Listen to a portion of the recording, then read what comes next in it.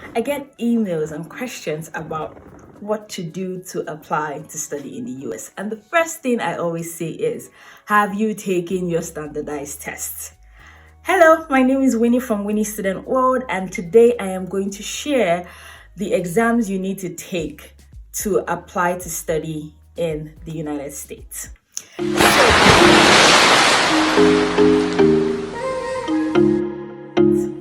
So this is going to be a series on Instagram, my first IGTV series. Whoop, whoop. Okay, so this is the first video in the series, and today we're going to focus on undergraduate applications or undergraduate, universities. Now, the exams that are required. The first pair, and I say pair because the schools here will take either SAT or ACT, is SAT or ACT. Did you see what I just did there? Okay, so the first pair of exams is SAT or ACT. Now, these exams are similar in content in that they test English and math. Now, I don't mean just simple algebra or like simple essay reading and then you have to find the answers in the essay. It's not that simple. They test more critical reasoning, ability to think under pressure, ability to apply information either from the test passage or just think a little bit outside your immediate environment. And so, yes, that's what these exams will be looking for. The ACT has a writing portion.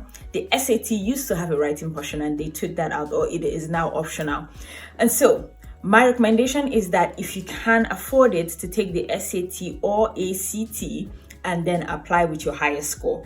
It saves you more time than taking one exam and then waiting for the result of that one to come out before deciding to take it again if you didn't do so well. So that's just my little tip. But anyway, whichever one you have works great.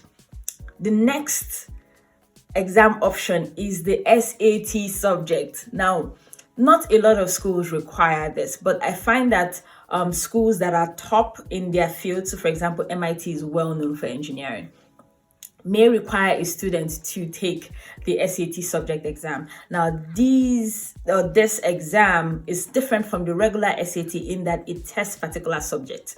So there's science, physics, chemistry, biology, you have languages there, you have psychology. And so those are some things that you'll be interested in when you are taking the SAT subject exam.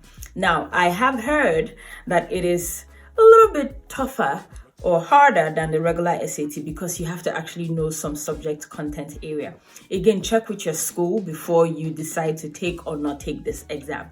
All right, the third pair or the third exam group is the TOEFL or the IELTS.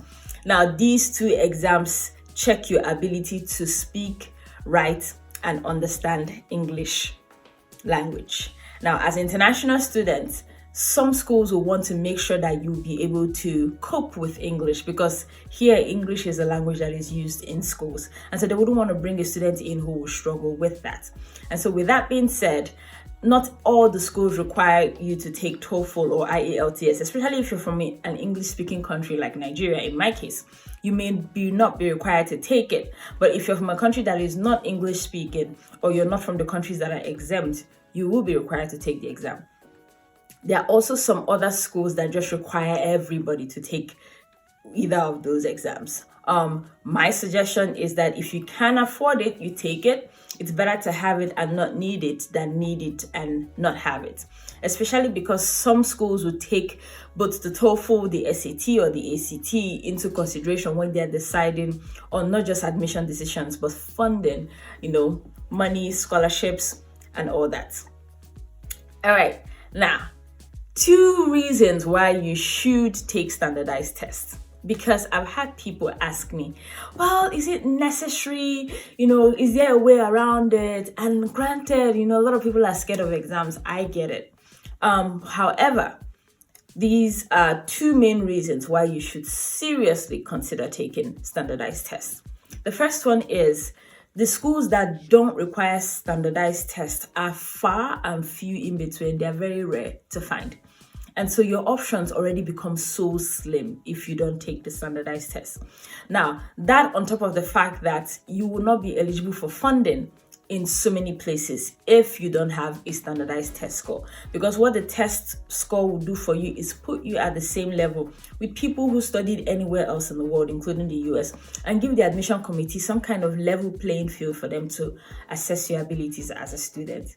So I know it's tough, I know it's nerve-wracking, but I highly recommend that you take your standardized test. And I hope this video has been helpful. If you know somebody who is trying to become an undergrad student that will benefit from this information, share. Until we chat again, my name is Winnie. I am the lead content creator and founder, that's a mouthful, of Winnie Student World. And subscribe, follow, talk to you soon.